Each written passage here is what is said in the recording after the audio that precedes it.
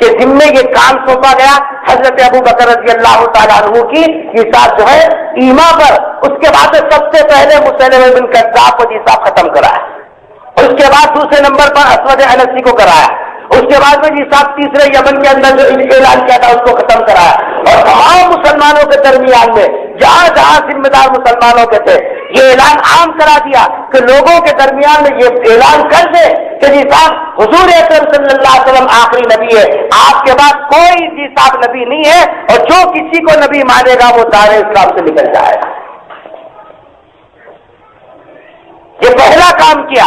اگر اس موقع پر حضرت ابوبکر صدیق رضی اللہ تعالیٰ عنہ یہ قدم نہ اٹھاتے، جبکہ دبی دبی زبان میں حتاً صحابہ کرام کا مشورہ یہ تھا کہ ابھی فوجی مہم نہیں کرنا، اس واسطے کہ حضور اکرم صلی اللہ علیہ وسلم کو دنیا سے جا کے ابھی تھوڑا سا وقت ہوا، جی صاحب لوگ ادھر ادھر بکھر جائیں گے، ایک طرف جو ہے زکات دینے والے انکار کر رہے ہیں، دوسری طرف یہ لوگ اپنا جسا مہات چھوڑے ہو گئے، تو حضرت ابوبکر رضی اللہ تعالیٰ نے اس موقع میں کہا تھا کہ جی صاحب دین مٹتا رہے اور ابو بکر زندہ رہے، یہ نہیں ہو سکتا۔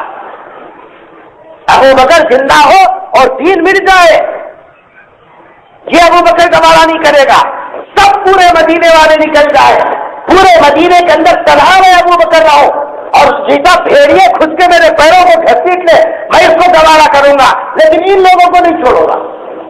ایسا عزم، ایسا حوصلہ حضرت ابو بکر رضی اللہ تعالیٰ عنہ کا تھا، جس کے نتیجے میں وہ جساب کتنے چلے۔ یہ حضرت ابو بکر کی زندگی کا سب سے بڑا کارنامہ تھا کہ جھوٹی نبوت کے دعوے کرنے والوں کے جساب جو ہے زبانوں کو بند کرا دیا، اور جو مرتد ہو رہے تھے ان لوگوں کے جساب ان کا بھی کام پہچانا، اور جو زکات دینے سے رکے رہے ان لوگوں سے بھی جساب براہ راست گفتگو کی۔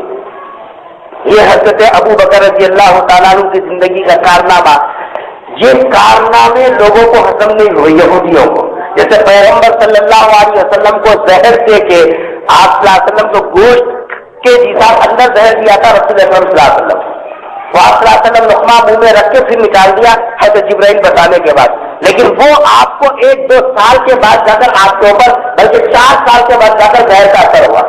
حضرت ابو بکر رضی اللہ تعالیٰ عنہ کو بھی کھانے میں زہر ملا کے دیا گیا تھا، مدینے میں 2 لوگوں کو دیا گیا تھا اس موقع پر، ایک صحابی تو جب کا جب حساب ختم ہو گئے، شہید ہو گئے، لیکن حضرت ابو بکر رضی اللہ عنہ لقمہ نکلا تو اس کا اثر 1 سال کے بعد ظاہر ہوا، زبردست بخار آیا۔ یہ جماعت الاخر کی پہلا ہفتہ تھا، 3 یا 4 تاریخ تھی، آپ نے غسل کیا، اس کے بعد زبردست بخار چڑھا، 15 روز تک بخار میں رہے، 15 روز تک۔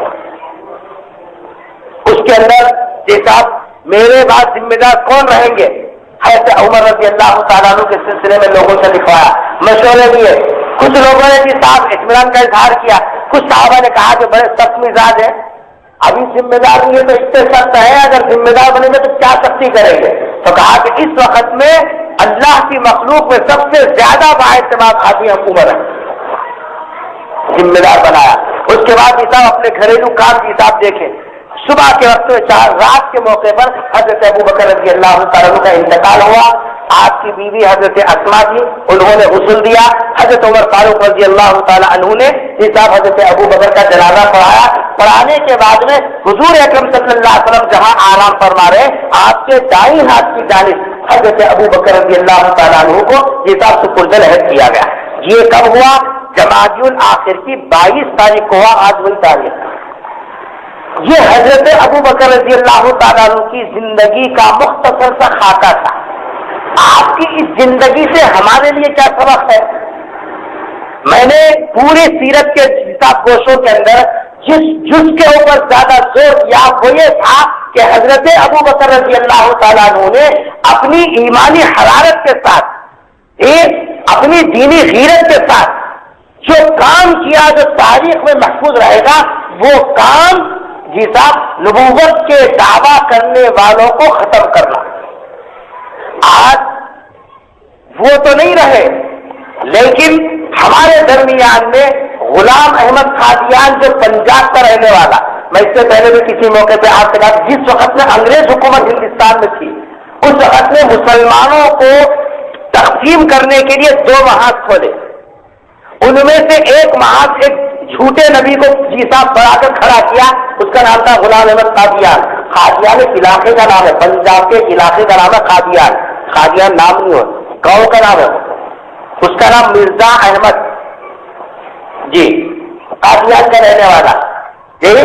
اس نے اپنے نبی ہونے کا دعویٰ کیا کہ میں نوح سے بھی بہتر ہوں، داؤد سے بھی بہتر ہوں، عیسیٰ سے بھی بہتر ہوں، میں ہوں اللہ کے روپ میں، اللہ کے اوتار میں میں دنیا میں آیا ہوں، میں خود محمد ہوں۔ پتہ نہیں کیا کیا دعوے کیا، اتنے دعوے کیا ہے کہ دنیا کے تمام مسلمانوں کا اس وقت متفقہ فیصلہ ہے کہ غلام احمد جو قادیان کا رہنے والا ہے وہ مسلمان نہیں ہوتا، جیسے دوسری قومیں باطل پرست ہیں، یہ بھی باطل کافر ہے۔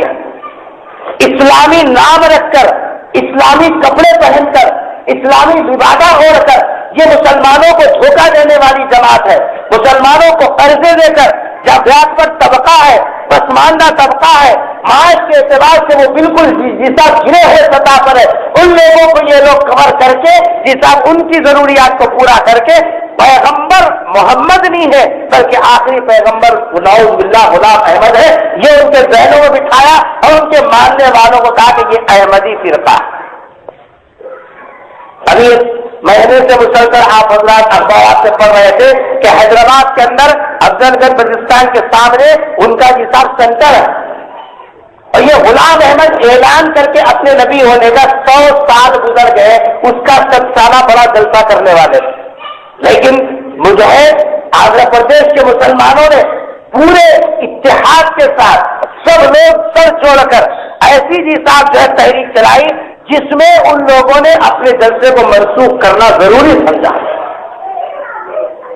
اور اس سے آگے بڑھ کے ایک بات میں آپ کو بتاؤں، آپ ظہیر آباد کے ہیں، ظہیر آباد کے اندر بھی 3 گھرانے احمدی خاندان سے تعلق رکھتے ہیں۔ ابھی کل سے مسلسل ہمارے پاس فون آ رہے ہیں ظہیر آباد کے علاقے سے شہر سے کہ ان کی ایک شادی مسلم فنکشن ہال میں ہے، عقیقے کی شکل میں یا ولیمے میں آج ہے یا رات میں جی کب تھی پتہ نہیں۔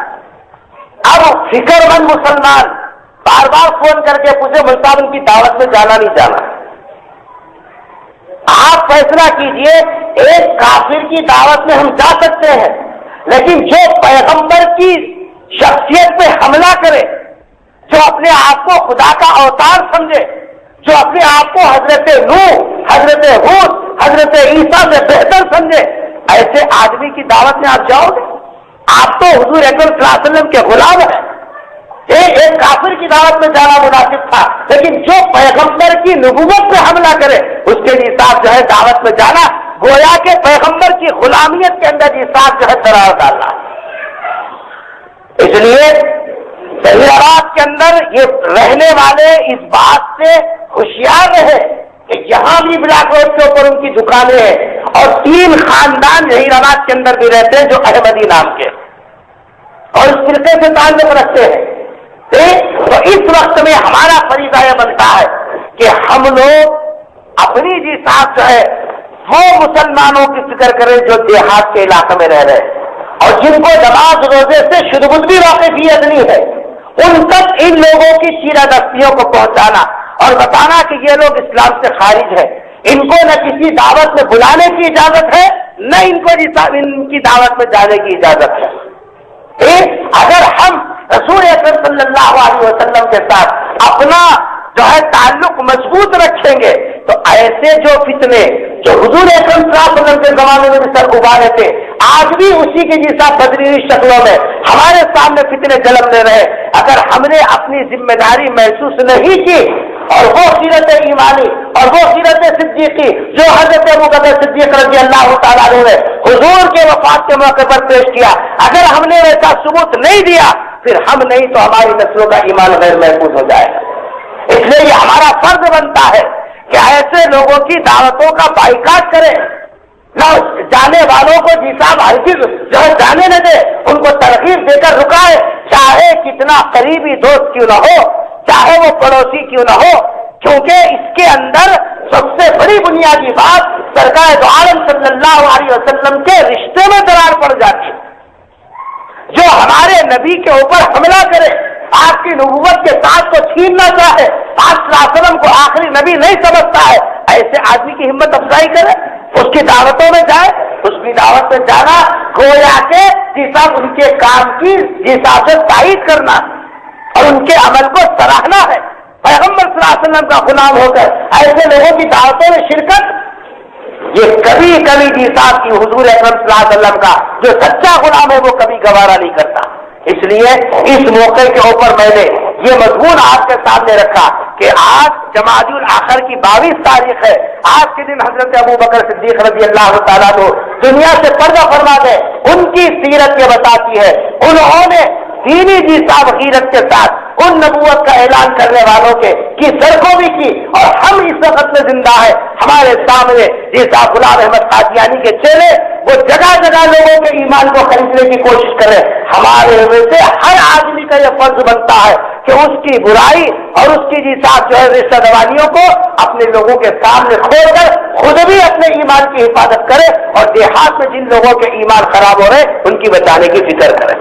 اگر ہم نے یہ کام کیا انشاءاللہ رسول اکرم صلی اللہ علیہ وسلم کی شفاعت اور آپ کی شفاعت حشر کے میدان میں بھی نصیب ہوگی. یہ جامع کوثر رسول اکرم صلی اللہ علیہ وسلم کے ہاتھوں پینے کا حساب جو ہے موقع نصیب ہوگا, اور آپ صلی اللہ علیہ وسلم کے حساب سے شفاعت کے تلے ہم بھی حساب جو جنت میں جائیں گے. اگر ہم نے اس میں کوتاہی کی, اگر ہم نے اس میں حساب سے قائل کی, تو ہم نہیں تو ہماری نسلوں کا ایمان غیر محفوظ ہوگا. دعا فرمائیے اللہ تبارک و تعالیٰ مجھے اور آپ کو اور تمام مسلمانوں کو سرکار دو عالم صلی اللہ علیہ وسلم کے ساتھ مرتے دم تک سچی حساب سے وابستگی نصیب فرمائے, اور اس طریقے کے فکروں سے خود کو بھی حساب سے بچانے اور اپنے حساب ایمان والے بھائیوں کو بچانے کی جو ہے کوشش کرنے کی توفیق نصیب فرمائے. اے اللہ ہمارے ایمان کا امتحان نہ لے, ہم کمزور ہیں. اے اللہ ایسے آزمائشوں سے ہماری نسلوں کی حفاظت فرما. اے اللہ جو ہے ایمان کے اوپر ہمارا جو ہے خاتمہ نصیب فرما. رسول اکرم صلی اللہ علیہ وسلم کے جو ہے ساتھ میں اس ہمارا حج نصیب فرما. آپ کی شفاعت, آپ کی سفارش ہم گنہگاروں کو نصیب فرما. رسول اکرم صلی اللہ علیہ وسلم کے ہاتھوں سے جامع کوثر ہم سب کو نصیب فرما. اے اللہ ایمان کے اوپر آنے والے فکروں سے ہماری حفاظت فرما دے. ہر قسم کے فکروں سے ہماری نسلوں کی اس شہر کی حفاظت فرما. جو اے اللہ ہمارے رسول اکرم صلی اللہ علیہ وسلم کو عیسیٰ اور آپ کے صحابہ کرام کو جو قربانیاں دنیا کے اندر دیے ہیں, اے اللہ ان کے نقش قدم پر ہم سب کو چلا دے. رب اغفر وارحم وانت خیر الراحمین. سبحان ربک رب العزة عما یصفون وسلام علی المرسلین والحمد للہ رب العالمین.